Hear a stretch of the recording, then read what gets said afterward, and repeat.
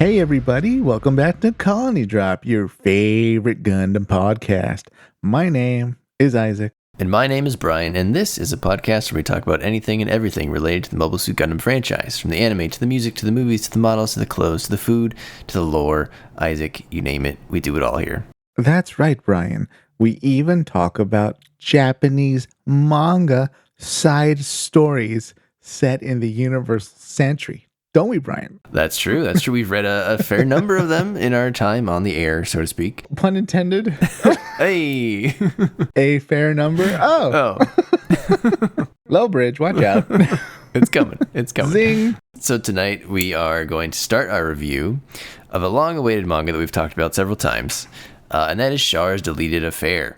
And Isaac, the reason we are doing this is we wanted to have this year be our year of Zeta, and there's probably no better prequel to Mobile Suit Zeta Gundam than Char's Deleted Affair, because as we all know, when you leave 0079, Char has sort of accomplished his goal, but he was on the Zeon side, he was the antagonist to Amuro Ray, and then when you show up, Isaac, in Zeta Gundam, Char, well, he's not really Char at that point, I guess I should say Quattro. He's really one of the protagonists for the whole show. And so there's a big time gap there, and there's no better manga that fills in that time gap than Char's Deleted Affair from 0079 up through Zeta Gundam. Yes, and this is far better than the prequel to this, Char's Deleted Browser History. He's trying to destroy that hard drive. There are some things that he probably wouldn't want people to know about this time period of his life. I'm sensing a pattern, Char, with the types of, shall we say, women that you seem to talk to. He just can't help it, okay? They approach him, all right? I'm not even sure they count as women yet. Anyway. It's true. So this is something a little bit different than we've done in the past, Isaac, because this manga is very long, or at least it is long relative to the ones that we have reviewed. It is 14 volumes long, listeners, which is a pretty long manga. I will say this one read pretty quickly versus some others. That said, it is a long series, so we're going to try to split this into 2 parts. We're going to do volumes 1 to 7 tonight, and then sometime in the future we will do volumes 8 through 14. The full name of the manga is Mobile Suit Gundam Char's Deleted Affair, Portrait of Young Comet. It is written and illustrated by Hiroyuki Kitazume. It was published in Gundam Ace over a period of about 8 years, Isaac. It took 8 years to do 14 volumes from June 2001 through August of 2009. I don't mean to sound insensitive, but that sounds excessively long. I mean, I guess they do probably one chapter a month, maybe more than that. Maybe it's bi-weekly. I don't know how often Gundam Ace publishes, or especially back then. Sure. But yeah, so given that this is 14 volumes long, Isaac, and we are assuming that a lot of listeners have not read this, much like most of the manga we talk about. So I was able to summarize this in about a page and a half. So my proposal is tonight I can read the summary, and then we can just start wherever you want and go through all your thoughts. Brian, that sounds like a flawless plan. More well thought out than many of the things that happen on Axis. Yeah, we're going to explore Axis today. Okay, so I'm going to read this summary. It's a little long, but again, this is going to summarize 7 volumes of manga, because for everything that we talk about tonight, unless you really kind of have an idea what's going on, it's going to be hard to understand what we're talking about. So I think this is for the listener's benefit. All right. So we open in December of 0079. This is immediately after the events of Baoku / basically right when the TV series ended. Char's on his way out from his duel with Amuro. He happens upon Makuve and Mineva, and he helps Makuve escort Mineva and Zenazabi to Axis in his repaired Gelgoog. Char, Zena, and Mineva escape to Axis safely on a Guazine. Unfortunately, though, Isaac, your buddy Makuve is killed by a barrage of beam fire from Federation capital ships, and he never really stood a chance. Makuve. They brought him back for one scene, really. Yeah, I guess I should say this manga follows the movie canon, because in those movies, we never saw Makuve die, so he is therefore still alive in the viewer's mind, and so here he dies in Char's Deleted Affair. He cannot escape death, Isaac. He absolutely dies here. No question. We then fast forward to UC 0081 in April. Things have calmed down at Axis, and we meet Axis' high-ranking official / leader, Admiral Maharaja Karn, and his daughter Haman Karn, or Khan. I've always said it Khan, but I know it's spelled with an R. There's some discussion about how it's supposed to be pronounced. I've always said it Khan. How do you say it, Isaac? Do you say Karn or Khan? Brian, I'm so glad you brought this up. Now, I strongly have felt that it is Karn. Oh, okay. Because that's kind of what I've heard. Now, could it be Khan? Sure. But I don't know. I just always felt like Karn had such a strong ring to it. That's kind of how we first heard it. I think that's in the majority of the dubs that I've heard. So I've always just gone with it. Really? I'm pretty sure the dub says Khan, but I'll have to double check. I don't remember. I thought they originally, years ago, I know it used to just be spelled Khan, and then at some point they changed it to Karn. The best explanation I read is that if you say it fast, Khan kind of sounds like Karn, and so that's how they spelled it. So I'm not sure if it's supposed to be pronounced Khan. If anyone has a definitive answer, let me know. But the change is quite a while ago, so there's not that much on it on the internet from back then. But yeah, if you happen to know, drop us a note. It's really a result of our, just the nature of how these translations work. And on a similar connected note, Brian, we get a name drop towards the end, within at least volume 7, that remind me about later. I want to check if you caught it, because it could only be referring to one person, but the spelling is off by one letter. It's probably him. Yeah. Okay, so then Char and Maharaja Karn, they feel each other out for a bit and determine that their philosophy is very much aligned, that they agree that further aggression by Zeon remnants is sort of futile and only hurts the prospect of what they like to call autonomous independence for space noids. And Maharaja, he also happens to know, Isaac, or we find out later on, that he kind of has figured out that Char is really Casval Daikun, son of Zeon Daikun. Without question. He's in on it. So, and he really wants Char to help Axis, not as a pilot, but as a leader, and to be the one to sort of eventually affect this bloodless independence for all space noids that he envisions. So that's kind of his goal. What a fantasy. You're a smart man. You're smarter than this, though. Right. That's his goal. It's important to keep that in mind, listeners, because that kind of frames this whole manga. Like, that's what Maharaja's goal is, and he wants to use Char to get there. He's a Peacecraft. Yes. He's very different than the Zabi, so we'll talk about Maharaja once we get into the details here. But we then meet Haman Karn. She is a budding new type who showed signs of being a new type at age 7. She emerges a new type at age 10. And now, starting in this story in UC 081, she's a 14-year-old pilot prodigy. She develops a teenage crush, though, on Char, the Red Comet, whereas her handler, Natalie, is a smart young Zeon officer who's a little bit older. I think Natalie's either 18 or 19, maybe even 20. And she impresses Char, the man, I'll say, right? Where Haman is in love with this Char, the Red Comet, kind of legend. Yeah. Whereas I think Char is actually more taken by Natalie because she's a bit smarter. True. But I also have to mention that one thing I liked early on when we meet Natalie is in her dialogue, she explains that she joined the military because she liked the uniform. I definitely highlighted that. That was on my list. If there was ever a woman for you, Isaac, it was Natalie, because she liked the capes, right? It was specifically the capes. Yeah, she's so shallow. What a stupid reason to join the military. It's a really big commitment. Yeah.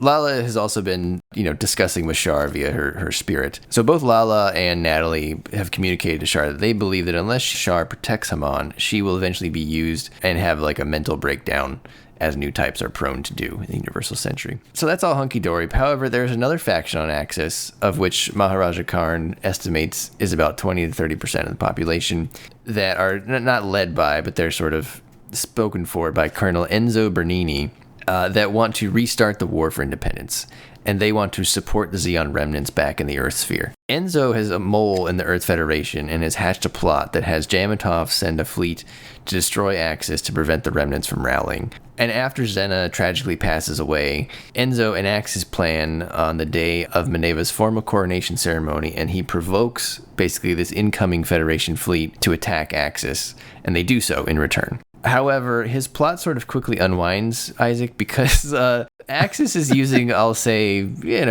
older suits at this point. It's a lot of Zaku's and Doms, and it's really the stuff that we saw at the end of the 1 Year War. However, the Federation has dispatched a bunch of Gym Command space types that fare much better against these older suits, and that eventually presses Haman and Char into the fight. Char and Haman, they end up saving the day by getting the flagship, which is a Magellan called the Naiad, to surrender. And Axis takes the Federation personnel prisoners. However, one Federation ship, a Salamis called the Hampton, escapes, and we won't see that until a little bit later. After this battle, Enzo creates a royal guard for Minerva and assigns Char and Haman to sideline them. He basically doesn't want them participating in his, or interfering in his ability to restart this war. So he puts them on this royal guard, thinking that'll keep them out of his hair. Yeah. But Haman's heroic actions, she's a 14-year-old Isaac. She volunteered in this battle when no one else could really fight. She got out there. She did some damage. That has really endeared her to the Axis people. And so now she's also become this sort of new, budding, charismatic leader. Right. And around this time, a new woman from Side 3 shows up. Her name is Oksana. She's supposedly a diplomat from Zeon, but she's actually part of what's called the Zeon Independence Alliance, which apparently also includes Maharaja Karn. And together, they sort of together revealed that the ZIA's goal is to reveal Char is Casval and sort of have him rise to power in Side 3 and basically bring about that independence. Have we heard about the ZIA before this, Isaac? That was not a group that I had heard of. You know what? No, but part of me kind of feels like it's maybe not named, but clearly implied to exist by at least Char's counterattack with so many of those ministers and sure. officers that were kind of hovering around Char. Clearly, he didn't really have too much of a familiarity with them. Right. So that kind of raised the question of who are these people and why are they there? Well, they're from allied organizations that were pretty much in the sidelines or the background doing their own thing. And then, whenever Char's in a position to kind of go to war, they always step forward and kind of handle background stuff, day-to-day details, things like that. They probably don't have this, but it would be interesting to have a side story or something. Document the connection between Degwin's sort of business connections and those people. Oh, yeah. Like across like a 30-ish year, 40-ish year period. My headcanon would have a lot of those people be the same. That would be spot on, Brian. I didn't even really think of that too much. That Zabi network he set up is still out there across the Earth sphere. And even though he's gone, what are they up to? They were clearly his allies. So they're definitely going to lend a hand to whatever Neo Zeon, not yet named yet, is cooking up. Yeah, it's all just a different symbol, right? It still maintains their economic interest. So. Absolutely, yeah. And if I could go back just a little bit, Axis, you mentioned, has Zaku's and Doms at best, maybe some Gelgus laying around. Yeah. But say what you will about Jamatov, he never uses anything old. No. He throws out the newest stuff to whatever he's doing. It's bleeding edge, baby. Gyms with the combat data of Amuro Ray. That's right. Yeah, not only were they gym commands, the space types ones, these were used towards the end of 0080. Those are the ones that were dispatched to the colony, I believe, in the blockade or whatever. Yeah, we see them a little bit. So they fought the Gelgu Jaeger. Yes, I believe that's right. Wow. They're the cool looking, red and white space gyms, the ones that look a lot more advanced than the original gyms. Yes, the better ones, yes. They've been Jamatov. Yes.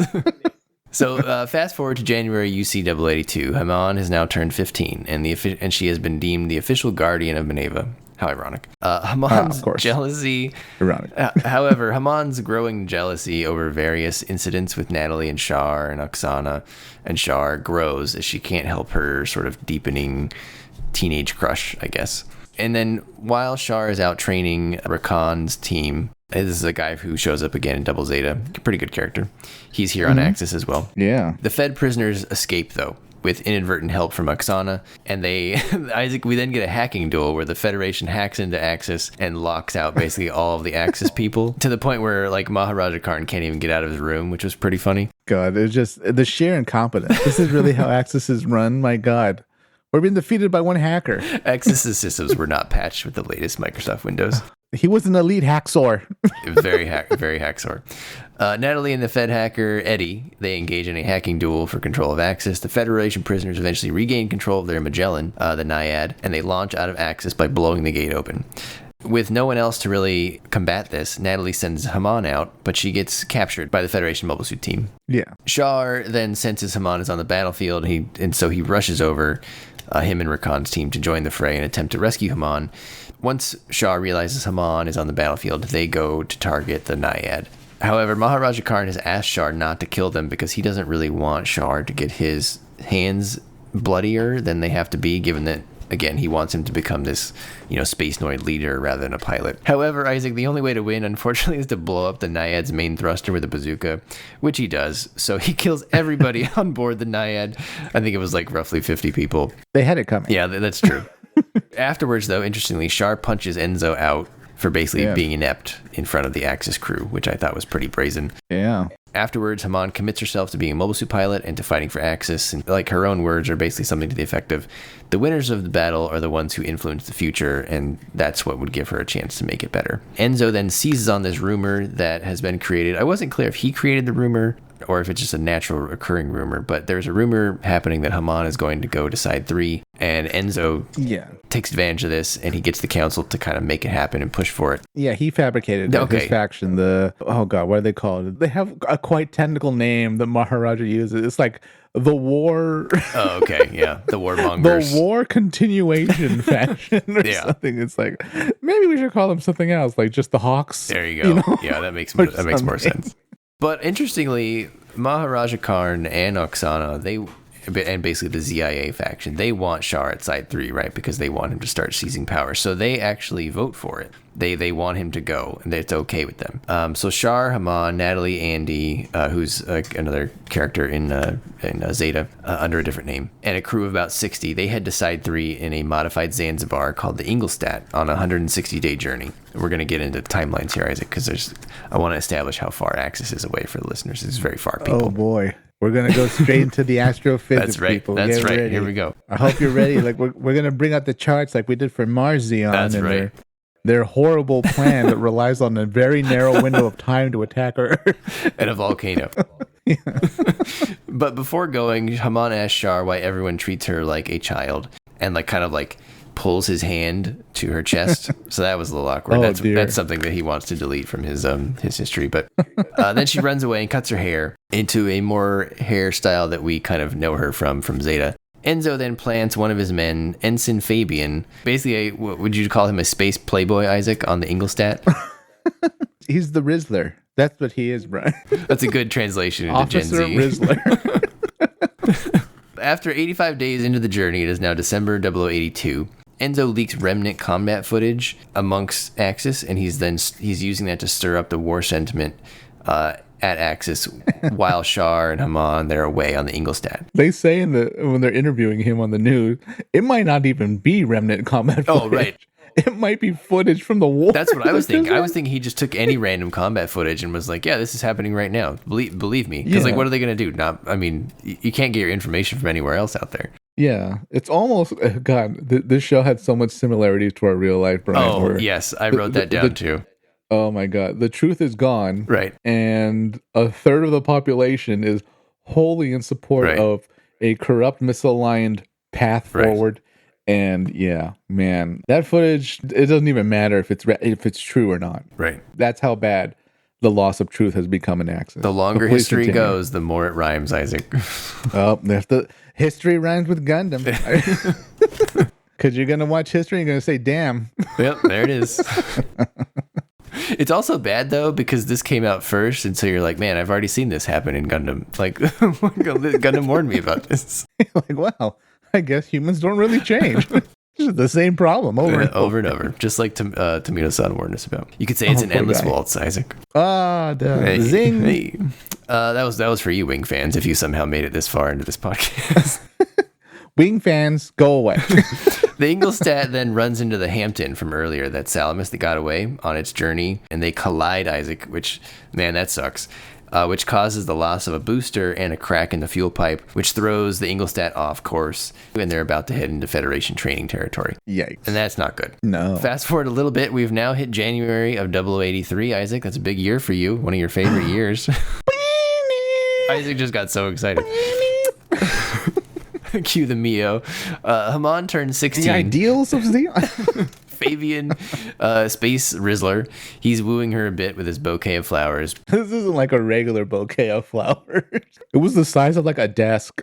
True. It was a ginormous bouquet. You would need a chair to put down these roses on. Yeah, I don't know how they even grew that many real flowers out in Axis. So, if I could go back a little further for a second, Brian. Sure. Oh my God. The poor souls on that Federation ship. They were on Ozempic. Yes. You could put some billiard balls where their cheekbones used to be. Oh my God. Those poor guys. They were out of rations. I think they had said right before they had collided, right? They had said they were already down to 50% rations, or maybe even something less than that. Like they couldn't go any less. I think it was less. I think it was 20%. Was it 20%? Like yeah. Yeah. Yeah. And then like a couple of their guys the night before had like off themselves, Yep. self-deleted because they wanted to give the other guys food. Ironically, they didn't need to do that because the ship was destroyed. Yes, that is correct. They all ended up dead, no matter what. So It was a better way to go than starving. Yeah. Please continue. Yes, so we find out that Enzo had given Natalie a secret mission. And it seemed very sinister at the time when in the flashback when he was like giving her the mission. But it turns out the mission is just to persuade Char to join the war.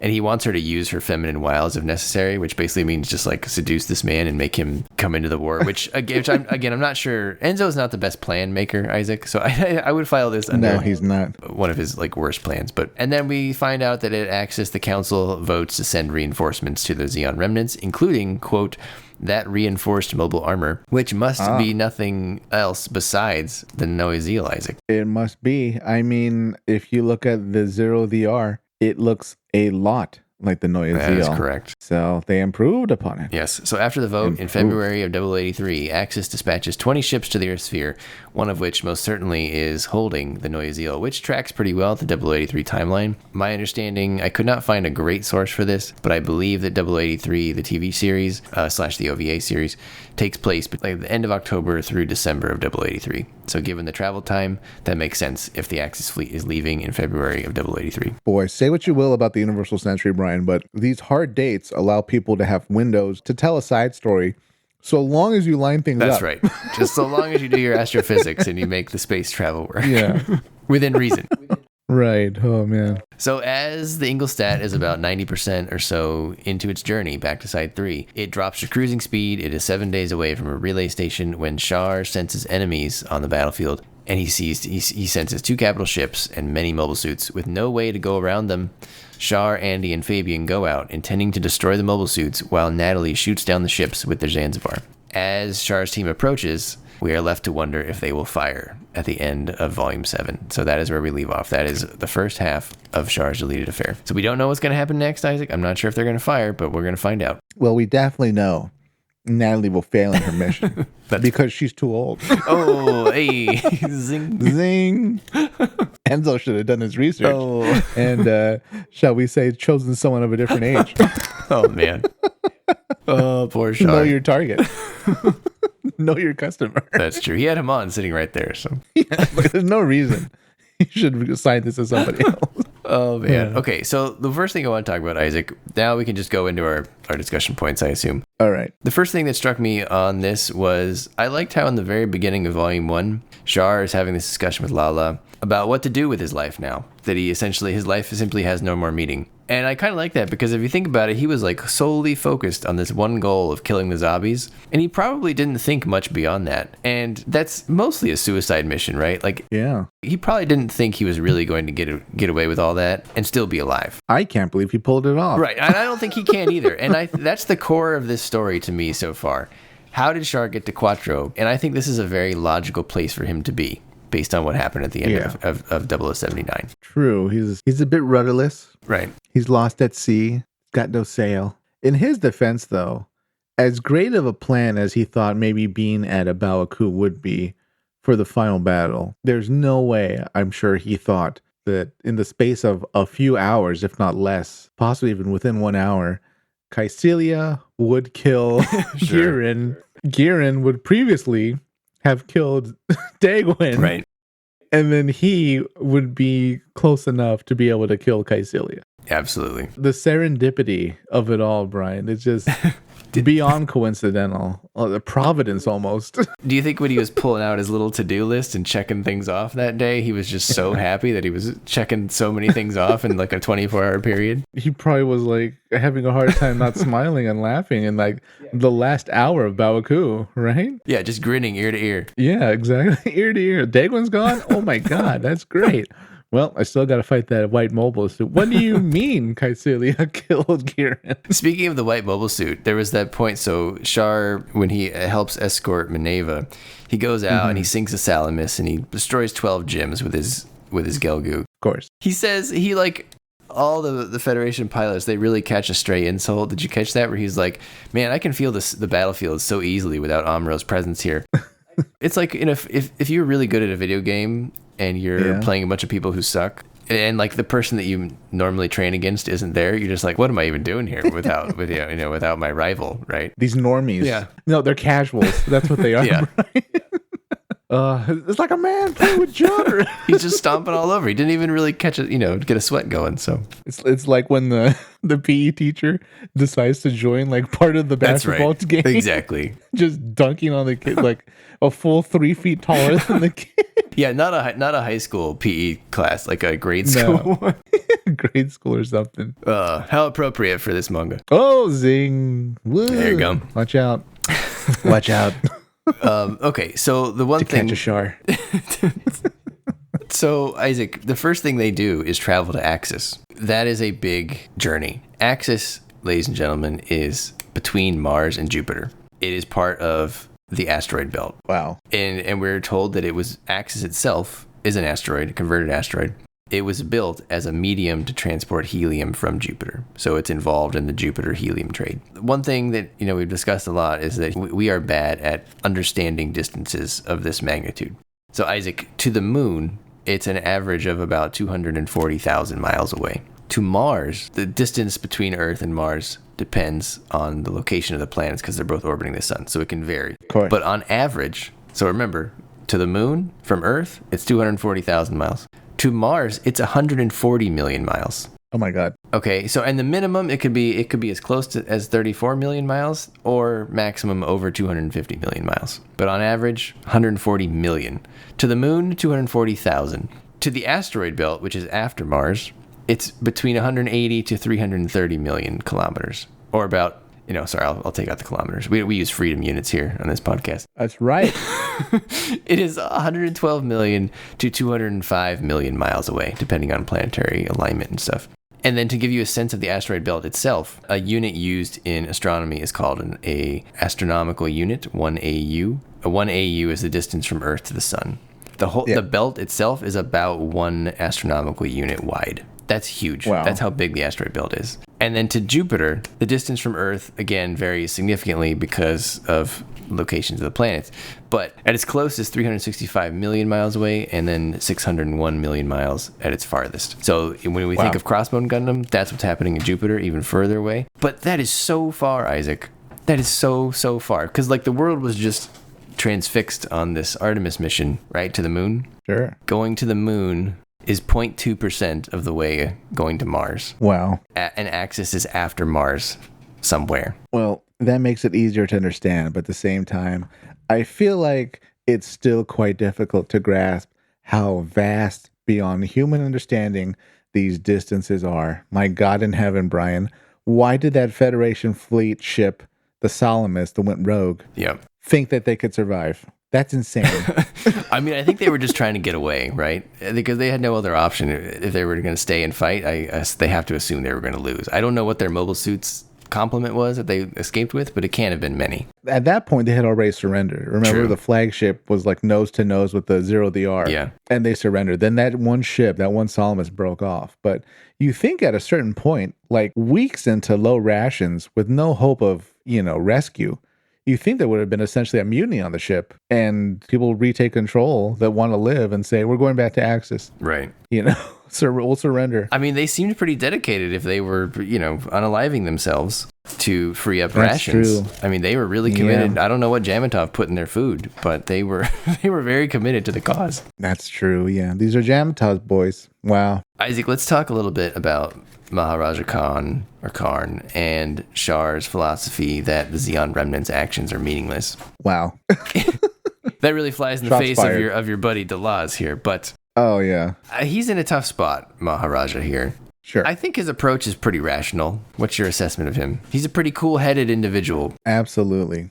He's well-meaning. I think he doesn't keep a close enough eye on his daughter, who apparently can jump into a cockpit at almost a moment's notice, imperiling herself and to an extent Maharaja's, sanity and ability to lead. Sure. But he's well-intentioned. He's very capable, very intelligent. Yeah. He is definitely levels of magnitude, I think, more intelligent than Enzo and most of the conspirators.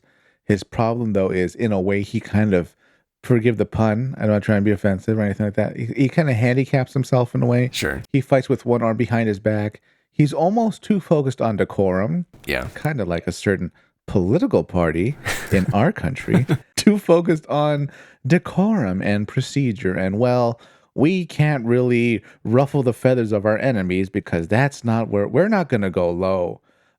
Right.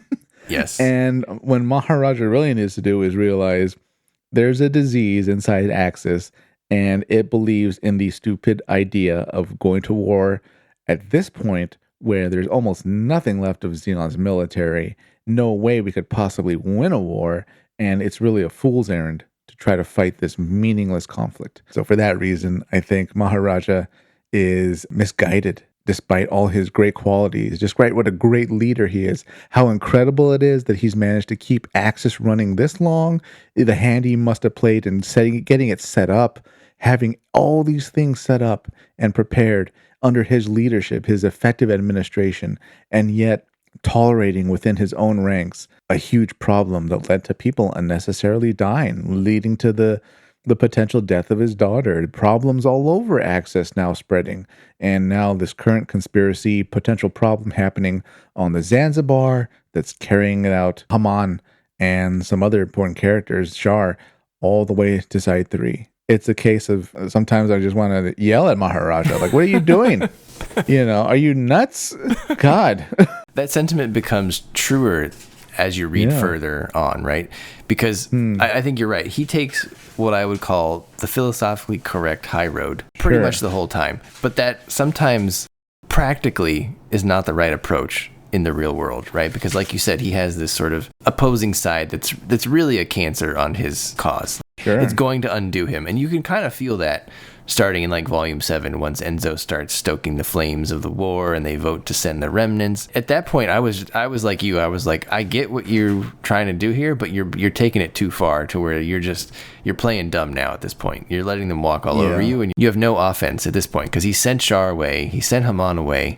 He's left with Heinz, who is a capable character, but he's no Char, he's no Haman. Right. I'm not sure who's going to protect Maharaja if Enzo just showed up at his door, right, with a gun. Like, what is he going to do?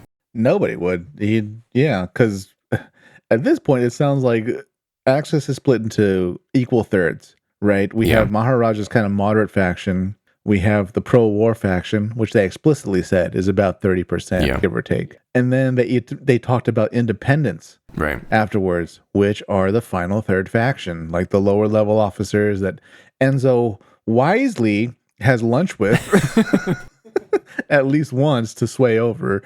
Say what you will about Char, but like he's not as social, I think, as a lot of people think, unless certain age groups are near him. But no, Char likes to eat alone. It looks like he specifically chooses times to eat alone that he knows people won't be around. Right. Yeah, Char's he's an aloof guy. I mean, he keeps to himself. Yeah, Enzo, as by nature of being a conspirator, he works well with other people towards not maybe unwise plans, but he still does it. They all meet and hang out in his house drinking booze. But yeah, Enzo is far wiser, and Maharaja might be he might be a case of one of those leaders that's too in their office, if you catch my meaning. Right, and he's just a little too trusting, I think. And again, I think that is the philosophically correct approach to take, in the sense that that's the ideal way that things would work out. I just don't know that that's going to. And I mean, look, we know that the guy doesn't make it to Zeta Gundam. By the time Zeta Gundam rolls around, Maharaja Karn is not around. So something is going to happen between volume 8 and volume 14 where he's not going to make it. That's not a spoiler. It's stated that he died. So I have a feeling that what you're talking about is going to be his downfall. It's like Mrs. Zabi. Like, we've never seen her or heard about her, but because we haven't seen her, we know she's not around. It just didn't work out for Mrs. Zabi. She got, just what's your head's theory? Like, is she dating Jamatov? Well, first we know there's multiple Mrs. Zabis, right? Oh, how many? They're not all from the same mother.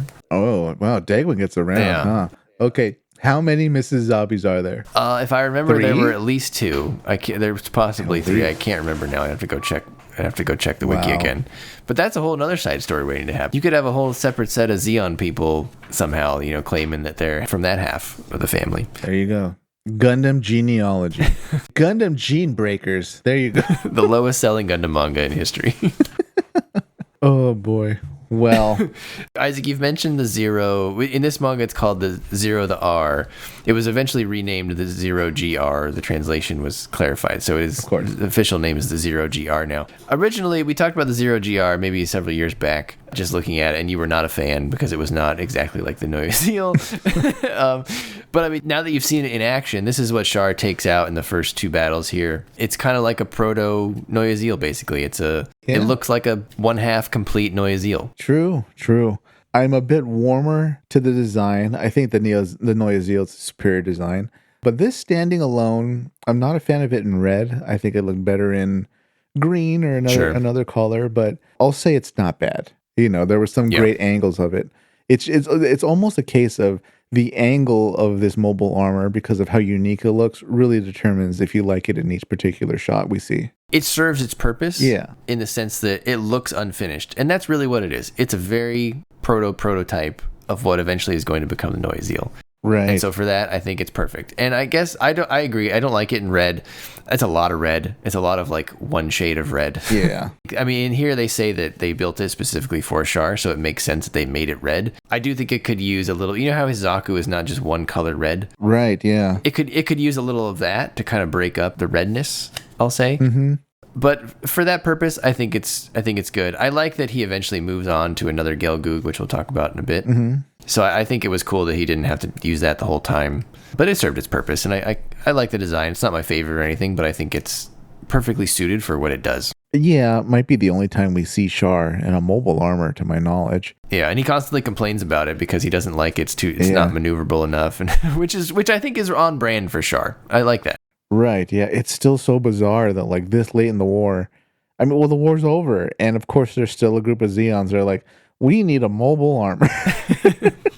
Their explanation for it kind of made sense. Enzo said that it's supposed to just draw beam fire and defend Axis because it has the eye field, and then that would allow all their actual mobile suits to launch. Sure. That's a good explanation. I kind of like that. Kinda. It still has the same mobile armor problem, though, of we only have one, and it's a single point of failure. Well, Char acknowledged that. He said, yeah, that's great, but if a new type like Amuro shows up, then it's a floating piece of junk. Fortunately, there's not a lot of Amuros out there.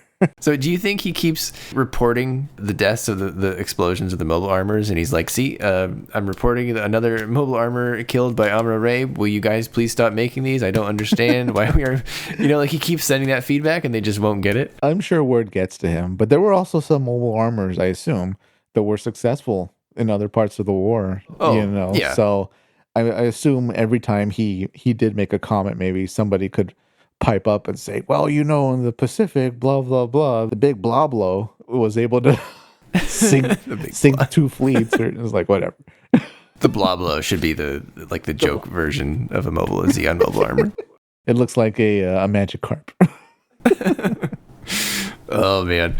Around this time, we get to see Jamatov a little bit, Isaac. Right. He's at this sort of like secret faction of the Earth Federation, and we find out that he is planning to eliminate Axis. He's an evil, if it exists. Evil meeting room. Yes, evil meeting room number 1 is on the first door on your left when you go to the evil. Clearly designed to look evil. He's sending this fleet to eliminate Axis, if it exists, to prevent the remnants from rallying. And I thought it was really interesting, Isaac, that even him and his little faction, they specifically state that they have never sent forces that far. Like, they actually don't know if Axis exists. They're surprised that it could possibly exist. Yeah. I was like, does that make sense? And in my head, I justified it 2 ways. If you think about the current world events, that is totally plausible. There are probably people who were like, they have what, where, with who, and how did they do that? So that, based on real world events, I can't discount this scenario. And 2, it's possible that the people who did know about it were killed in the 1 year war. True. Yeah. I completely buy it, because as we've seen time and again, the Federation has enough trouble just controlling the Earth sphere. Number 2, anything going towards Jupiter or that far out, it's only the Jupiter energy fleet. Then there's no need really to send any guns with them, because there's no threat out there, especially since no one knows what the hell's going on with the Jupiter Empire, who is a kind of a secret threat at this point. So yeah, it's a non-threat. It'd be like someone saying like, "Oh, by the way, there's an enemy military base in Antarctica." People would be like, "What? No, there's not. There's nothing out there. It's snow." Right. So Yeah. you're nuts. So And especially we have to remember that Jamatov wasn't, he wasn't on the level of Revel during the 1 Year War. yeah. So he wouldn't have had all the intelligence that some of those higher ups that certainly perished during the war would have had. Speaking of higher ups, in Volume 7, the captain of the Salamis that's undergoing training in the training zone that the Zandabar is heading towards, he name drops Korini as someone higher up that's somehow involved in some type of secret plan, which can only, in my understanding, refer to Korini as Kolony, who was Jamatov's mentor / co-conspirator, and what they're referring to as some organization being formed, some fleet being formed, has to be the Proto-Titans. Oh, that's a good catch. I did not notice that one. It was like one sentence. It was like one word bubble. Blink and you'll miss it. There were a lot of cameos like that in this manga. So if you are reading this manga, listeners, definitely keep your eye out for things like this, where if they name drop a name, you see a character that comes on for a few panels and leaves, it's probably someone you know. You might have to look them up. You may not have, thought about them in years. Yeah. So, because there was this guy. That's a good point, because he has a very specific name, right? That if you translate it slightly differently, with the L's and the R's and everything, I agree. Korini could definitely be Colony. Yeah. That makes, and given context, that makes a lot of sense. It had to have been him. And there was even a similar name drop. There was a Darcia on Axis. So the Darcia family is pretty big enough, and I guess some members have opposing viewpoints to Prime Minister Darcia. If there's a Darcia out all within Axis, maybe his nephew or a niece, something like that. Yeah. Two other cameos that I noticed. They mentioned someone named Kaisis. He's the leader of the ZIA. Maybe we'll see him later in the manga. Ooh. He's just name dropped. He's also in Char's Counterattack. Like, I think he's one of those people that you're talking about. Oh, one of the suits. Yeah, he just looks like an old man in a suit. You really wouldn't. I saw him. I looked him up on the wiki. I was like, who's this guy? He has to be important. He's in Char's Counterattack, but like I wouldn't have. Like, seeing him on the wiki, I can tell, like, okay, yeah, I kind of recognize that character art. But I don't know that he was named, like, in Char's Counterattack, This is one of the best things, listeners, about the Universal Century. It's the depth of it because of how long it's been going on and the layers and the complexity.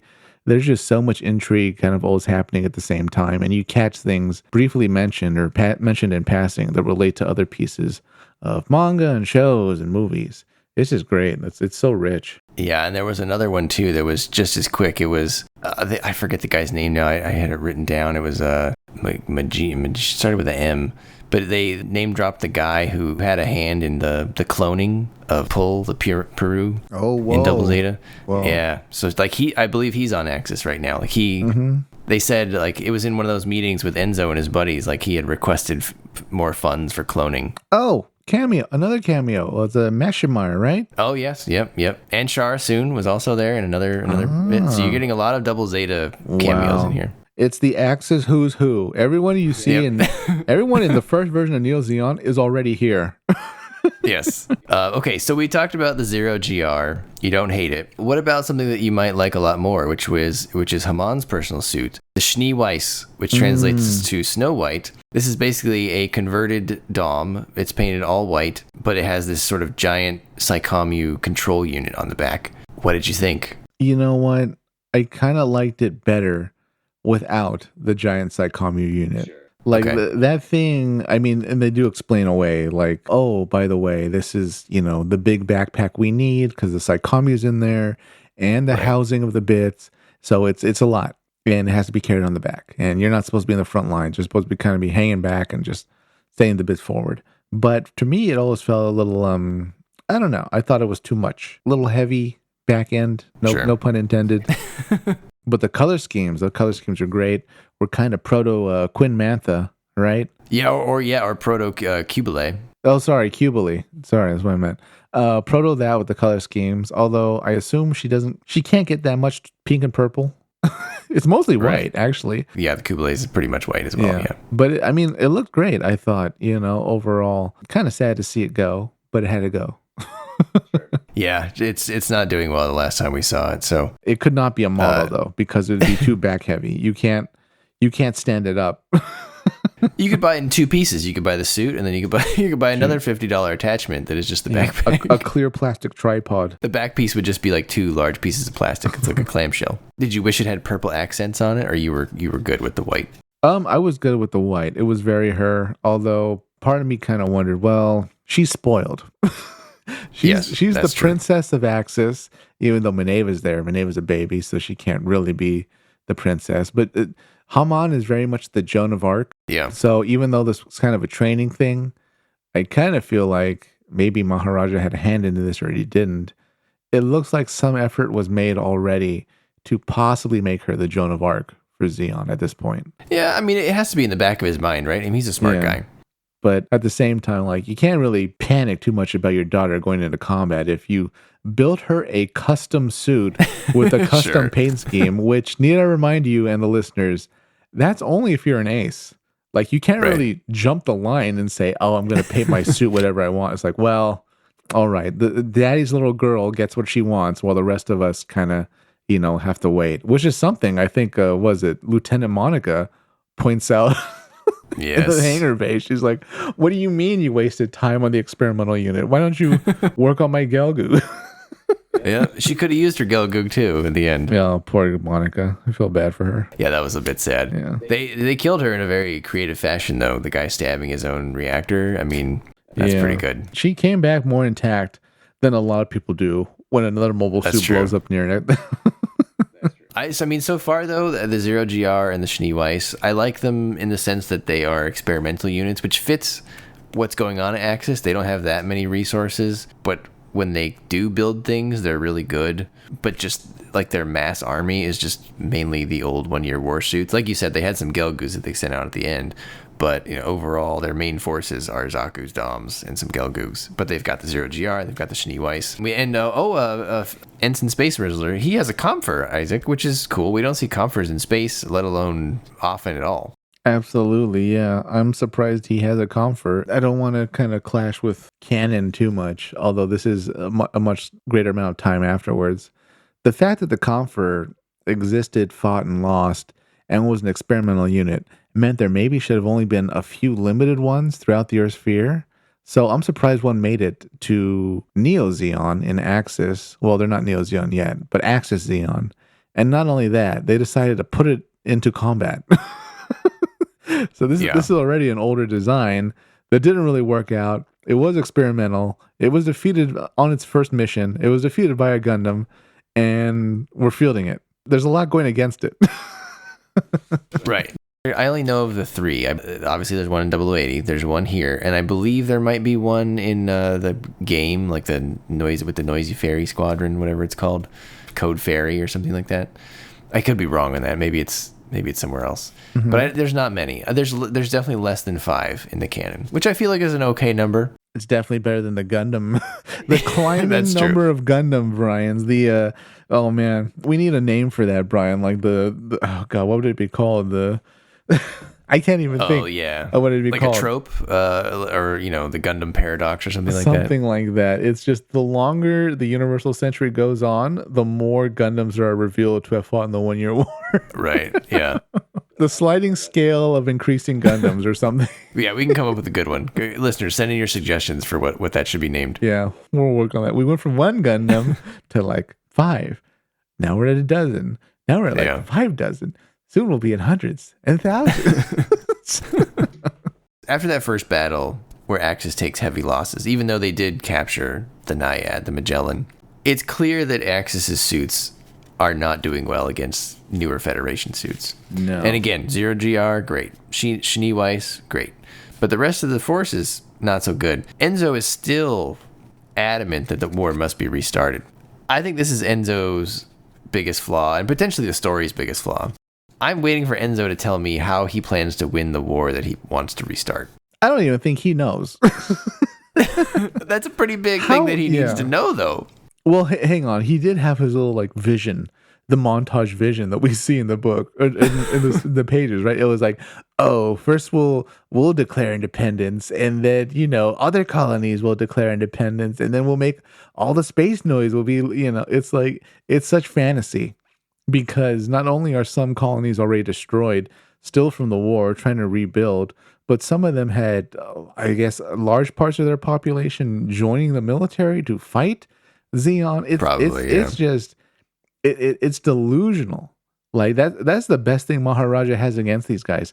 They're delusional. They're very they're very gung ho about it and determined, unfortunately, which causes a lot of problems. But these are a delusional group of people that you're dealing with, Maharaja. Like, you can't really think logic and, oh, we'll convince them, Char. Like, I remember that scene too. Like, we'll convince them that we'll use peace just like Zeon Sundaiken wanted to. We'll have peaceful means of space noid independence. Like, that kind of shows a lot of naivety on Maharaja's place because, all right, even if a lot of the colonies wanted to hold hands and sing Kumbaya, the Earth Federation, which, as we know, is not a democracy, even though it looks like a democracy and pretends to be one, it's not a democracy or a republic or whatever it pretends to be. It's absolutely not going to let that happen.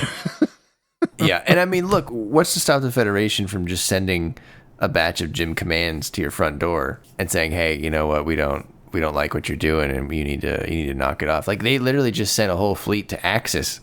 How many 100 million miles away? Do you think that's going to stop them? Like, they're going to do way worse if you're going to rebel in the Earth sphere. To your point, they're delusional. I don't know what your plan is. Non-violent resistance does not typically end well in the Universal Century.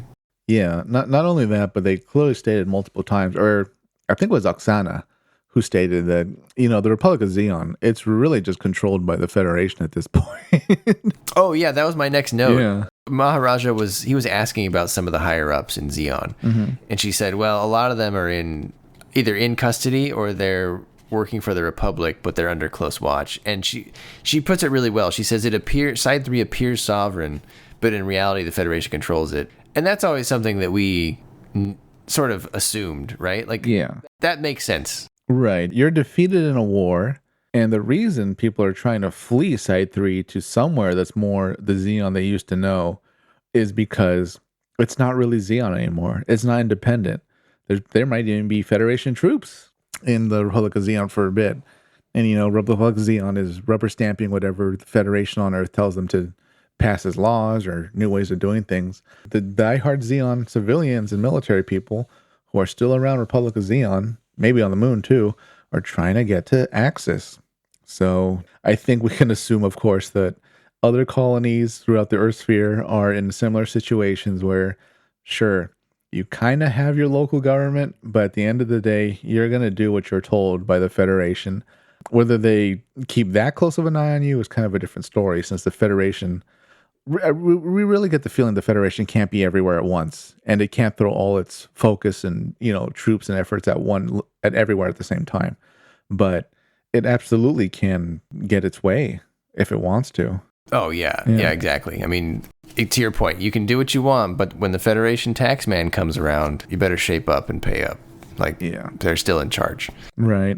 The guy from Double Zeta about the cloning, his name was Magani or Magani. That's what his name was, if anyone was trying to look it up. Okay. He worked at the Flanagan Institute. Yeah, he manipulates pull. Of course, he's from the Flanagan Institute. The next original suit we see, Isaac, is Char's revamped Gelgoog called the Gelgoog Outer Space Type. Oh. When I originally saw this years ago, I wasn't a huge fan, but now I like it. I think it's pretty good. I like it. I think it reflects Axis being so far out there that they just worked with what they had and they made it better, and it looks sufficiently different from the other Gelgoogs. I like it. What do you think of the new Gelgoog? I'd actually say it doesn't look that different at all. Oh, really? I mean, not enough to make a huge difference. Like, if I saw this Gelgoog and I saw the regular one, I'd be like, well, this is just kind of this manga's interpretation of a standard Gelgoog. Got it. It's not different enough, which is fine, actually, because we're so close to the end of the 1 Year War that there shouldn't be that much new stuff. The one new thing that we really saw from Axis was that prototype. Oh, God, I don't even remember what the Neo Zeon call it. It's not a Marsai, whatever it is. The skinny skinny Oh, stick the man. little mobile worker thing. Yeah. Which becomes that other Neo Zeon suit. The name escapes me. The letter yeah. T. A lowercase Yeah, t. the Gaza C. Yeah, Isn't there it? you go. It becomes that thing. It's very skinny and stuff, which, sure, there should be a prototype of that. That's fine.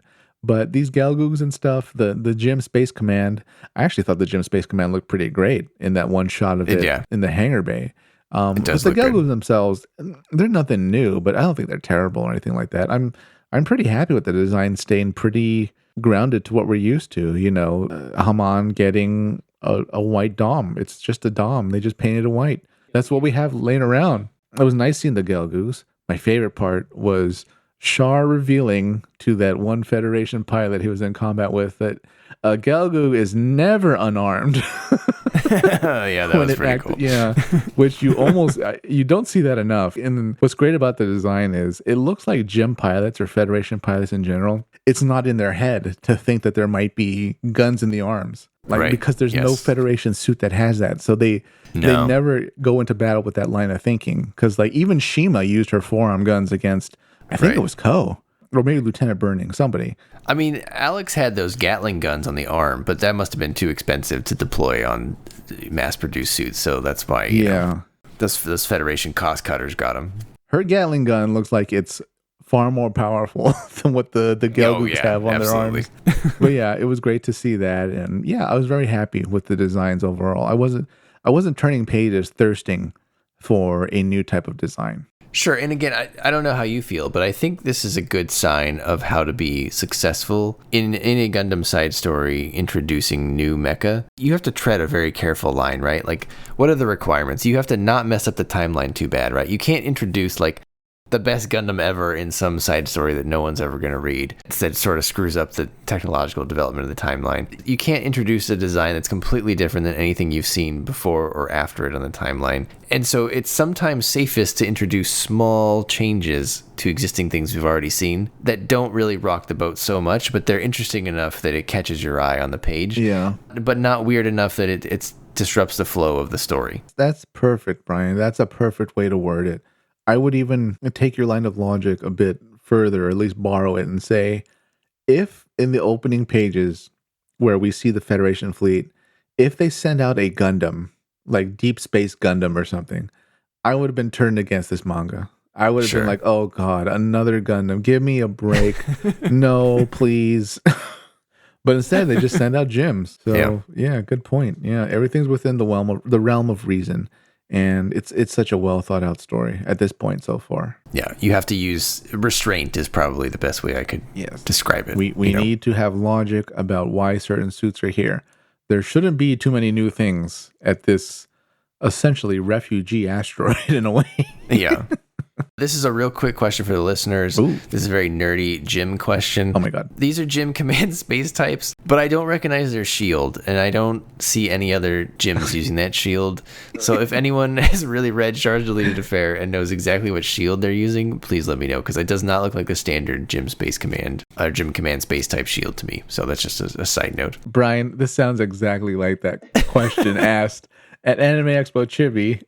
Oh yeah, that's right. That's by right. a member of the audience for the artist, specifically about a type of shield he drew for one of the mobile suits. That was amazing. I loved that. I was like, there it is. I don't even remember the question. I think it was like the folding shield or something like that, or I don't know. Yeah. So I think I talked about this on our AX Chibi episode, but basically the GPO-4, which is the suit that was developed into the Gabura Tetra, it was originally the Gundam Unit 4. In the art, it is depicted with two shields, one of which is a unique shield to it, but it is also depicted with GPO-1's shield. And so the guy was wanting to know what is the final/official shield that it should have. And Mika Akitaka, who was the guest, confirmed that he was like, well, it should just be the unique shield, because I probably just didn't have a shield when I drew the first one. And so I just gave it Unit 1's shield or something to that effect. Wow. And if you buy the GPO-4 model, it does have the unique shield, the GPO4 shield. So Wow. there's your answer.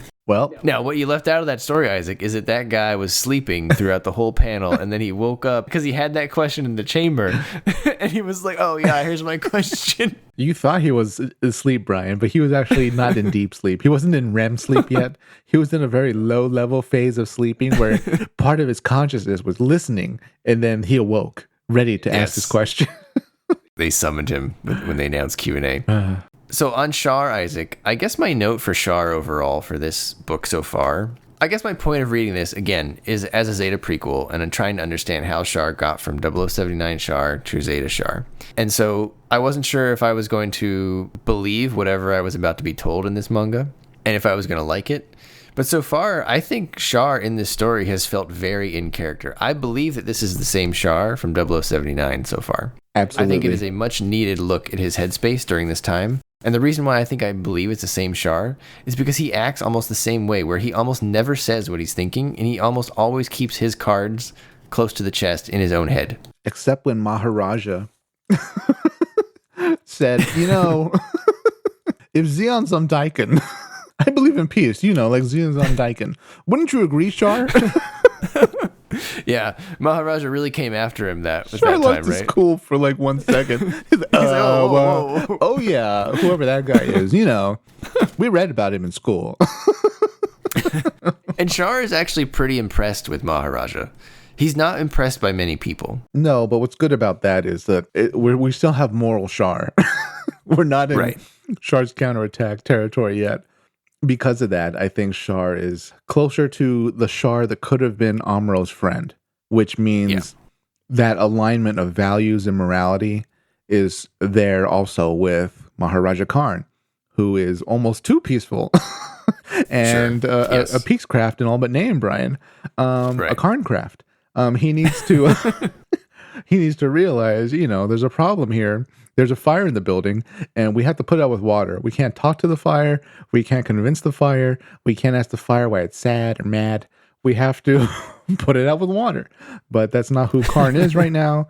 He's kind of in preservation mode, and by that I mean preserve what's left of Zeon, including the bad Zeons. Sure. So unfortunately, yes, he's not in that good mode. But this Char is totally believable as the conflicted Char who just blew off Kaecilia's head.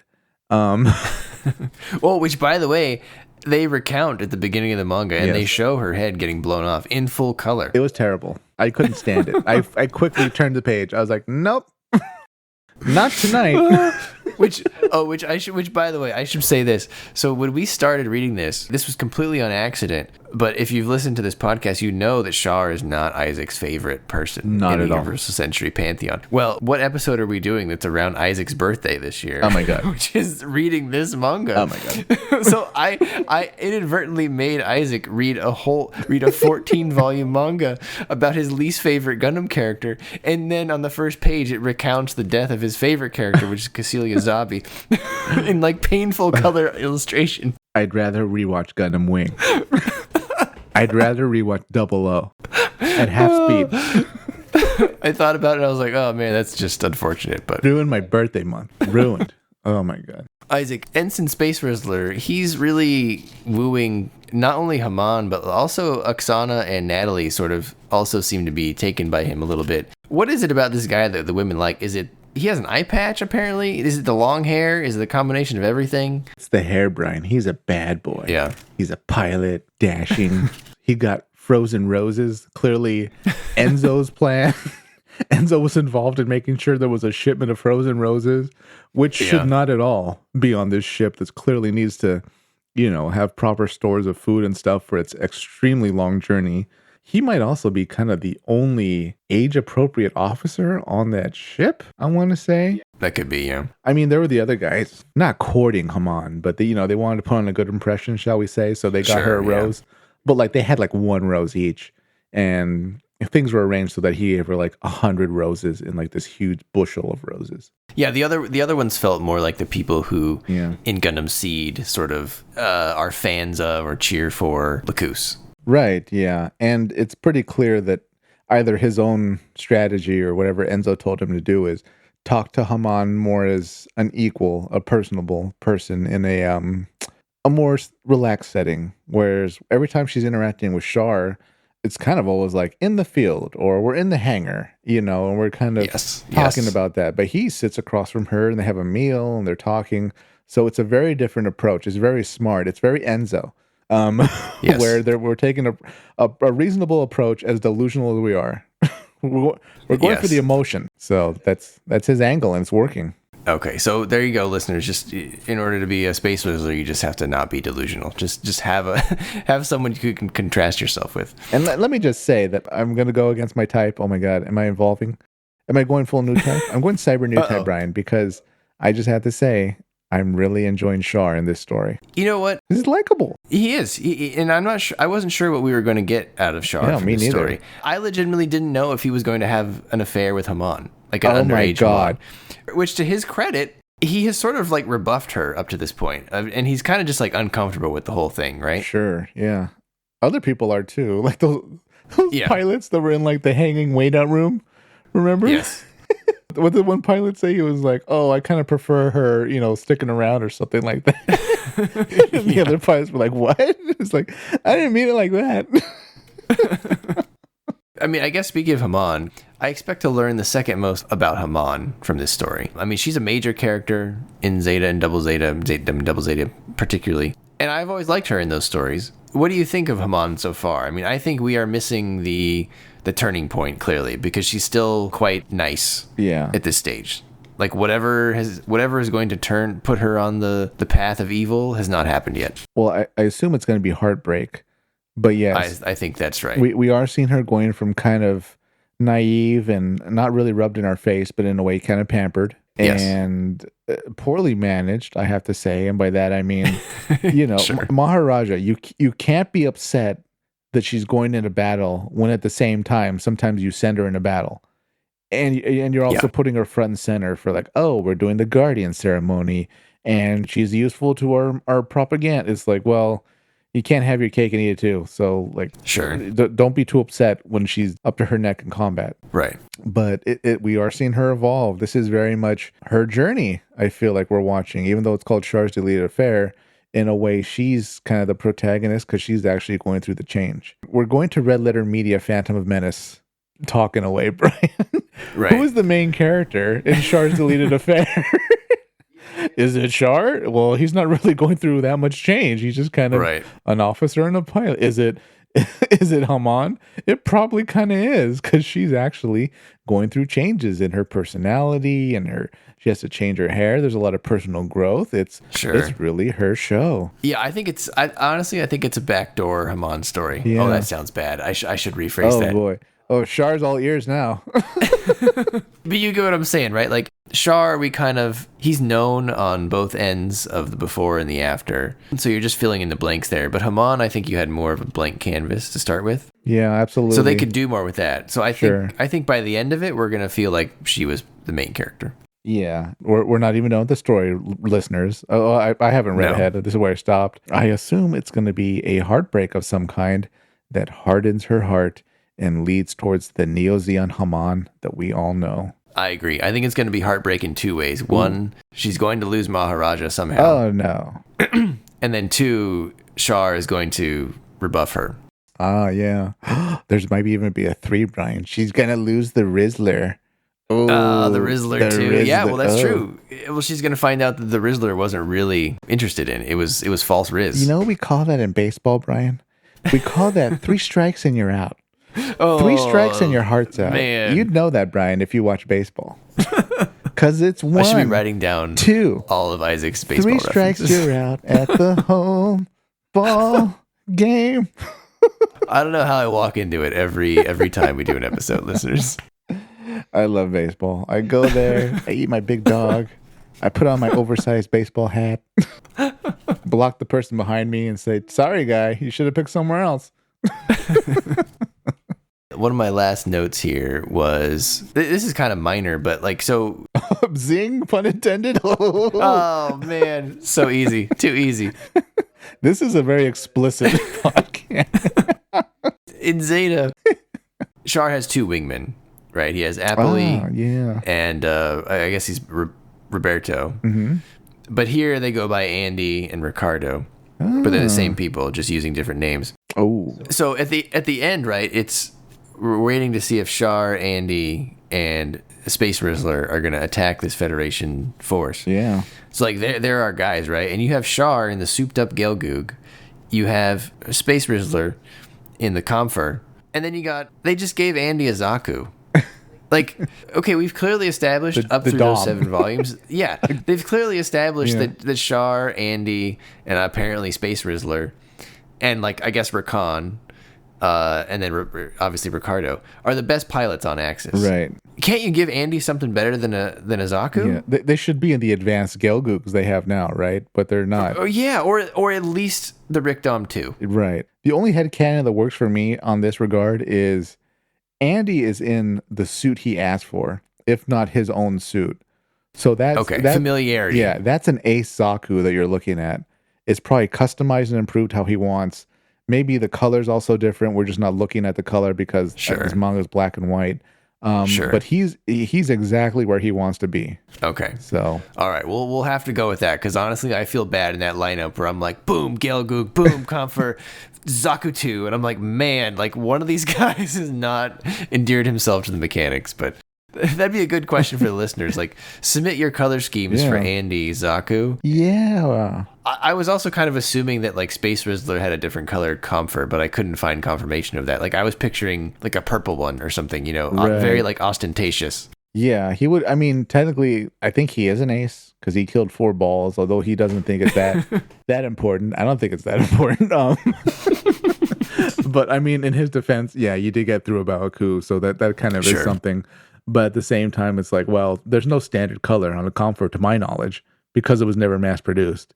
So yeah, I mean, there's the blue one, and then I think the one in the Code Fairy game or whatever I'm thinking of, I believe that's a different color, and then I think the test Comfort, the prototype, I think that was green. Okay. So yeah, I mean, the world's kind of your oyster, in my opinion, on that. Yeah, there's no right or wrong color for a Comfort, but a Zaku, that better not be green since it's Andes. It has to be a different color in my head. I don't know what color. Yeah, but give me something. Yeah, he's been around too long, so he has to be an ace. He's also Char's buddy, so you're kind of an ace by default. And that's Andy's custom Zaku. That's why it's there. Okay. The last note from me, I guess. What do we feel about Haman so far? Do we feel like we are obviously... So, Isaac, if it's not clear to the listeners, we are not teenage girls. So... As much as Char would wish we were. There you go. I don't have that life experience to tell you whether or not this is a good handling of that. But it does not seem unreasonable from what I experienced growing up and the people that I encountered and the things that they did. People do make rash decisions and they do jump into these teenage crushes. I feel like it was handled pretty decently. I think there was too many... We didn't need so many like shower scenes of Haman or bath scenes. No. I think that was a bit gratuitous. Completely. But the actual substantive content... Yeah. I thought it was fine. I completely have to agree, not just on the gratuity that we didn't need, but she seems to be kind of reacting.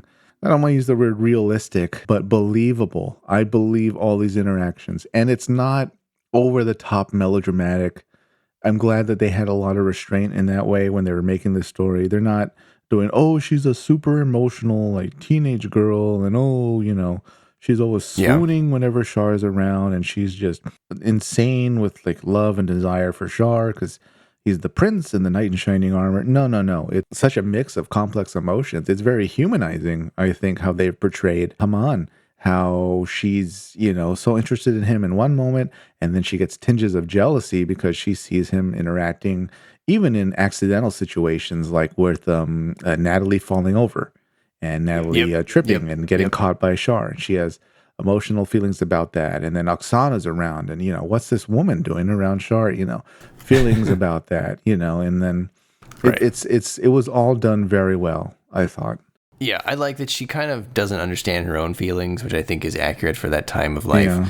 And then I also like how Natalie kind of ribs her about certain things, like that kind of helped make it more realistic, because that's what friends do, right? When funny things happen, like they will make fun of you for it, and she does. True. So. Yeah, and she's kind of her surrogate big sister, as they say multiple times.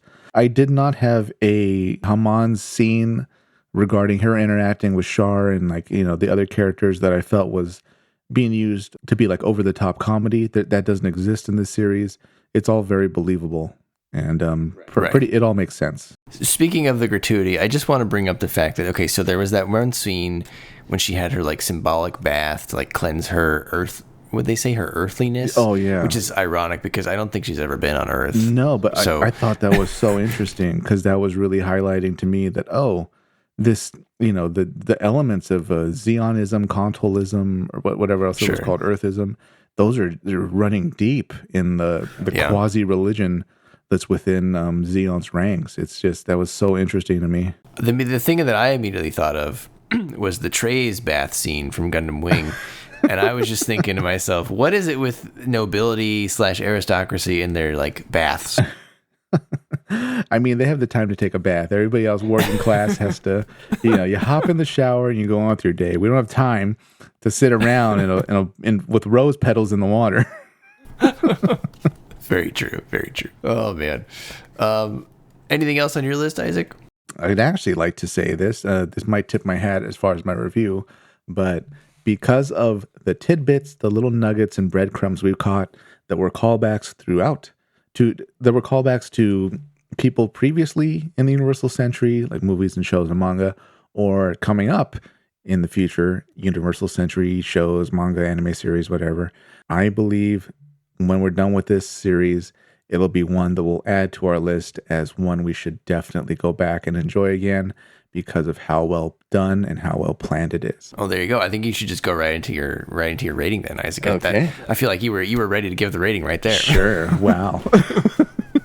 Well, Brian, I thoroughly enjoyed this. I didn't feel like there were any pages or chapters that were kind of downtime, shall we say, slowing down.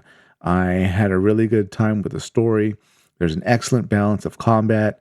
You really feel the stakes, even though the stakes, I don't want to use the term small, but they're manga-sized because we're not dealing with, end of the world type huge fleet battles. We're dealing with smaller scale stuff, but it was just such a great ride. I'm really excited for finishing the rest of the series. And for that reason, for how well done it's been so far, for how much I've enjoyed reading it, how exciting it is, how much of a page turner it is, Brian, I will give this 5 out of 5 Haros. Wow, that's a big score from Isaac here, given that it's got Char in the title. I mean, holy moly. That is how good it is, Brian. Brian, I might call this a home run. Oh, hey, there it is again. Right out of the park. All right, Brian, what does General Brian give Char's Deleted Affair, Volumes 1 through 7? I generally agree with you. I think it's very well done. Again, I wasn't sure what I was going to get coming into this, but I got kind of exactly what I wanted and more. There's a lot of lore drops. Char feels very much like himself, which I think is a big accomplishment for this series, given the length and given the importance of its presence in the timeline. Like, you only get one chance to do this story. And I think at least so far in the first 7 volumes, I think they did it right. I think it's very satisfactory if you're trying to get from 0079 Char to Zeta Char. I'm going to give it a 9 out of 10. And I'm going to take a point off simply because, again, I think Enzo is like so deluded. Like, he thinks he can win this war, and they couldn't even survive a fight against, or they barely survived a fight against one Magellan. Brian, he can't even transfer prisoners successfully. That's true. I was trying to like compare him to someone in real life, Isaac, and like the closest I can think of is like Vince McMahon, because he has those like is he on like space roids like Enzo? Like, there's those moments 3 or 4 times where he just gets this like intense look in his eyes, and where he's like, Natalie, you will sleep with Char, and like, convince him to join the war. And I was like, Enzo, like, I don't think that's how it works, buddy. Like, like, just because he sleeps with her, I don't think he has to go to war. Is that how Enzo walks to his office? He does like the I think he does the Vince McMahon walk. Yeah, absolutely. Well, he like struts his shoulders. Surprise.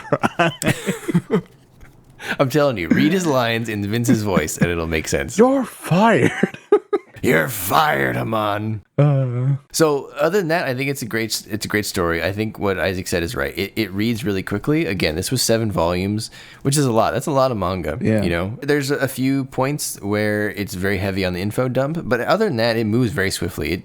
It was a quick read. So I'm pretty excited to see how we end up in the last 7 volumes. I hope it ends well, and that will probably determine whether, as Isaac said, this goes on the list of like must-read Gundam mangas, which to a lot of people's credit, they say it is. So I'm happy that it is turning out to be as advertised, Isaac. Well, listeners, you heard it. It's a page turner, and we're looking forward to Volume 8. It's going to be amazing, I think. All right, listeners. Probably the next time we speak to you, we definitely will see this episode, but then we'll probably have the Hathaway premiere coming up in 2 weeks. We're recording this on May 3rd. I don't know when you'll listen to it, but in 2 weeks we have the Hathaway showing in America. Super excited for that. Everybody needs to go out and watch The Sorcery of Nymph Circe in theaters. Please support your local Gundam in theaters. And send us any comments you have on Char's Deleted Affair. Have you read it? Did you like it? What did you think? What did you think of Char? What did you think of Haman? What did you think of his Space Rizzler? What did you think of Enzo, aka Space Vince McMahon? Yeah, I just got any questions for listeners? If you've read it before, would you read it again? Is it on that ranking for you or not really? There you go. All right. Well, until then, listeners, Isaac, take us away. All right, listeners, before you go to sleep tonight, stand next to your bed, get on your knees, put your hands together, look up at the ceiling, and hail Axis. Good night, everybody.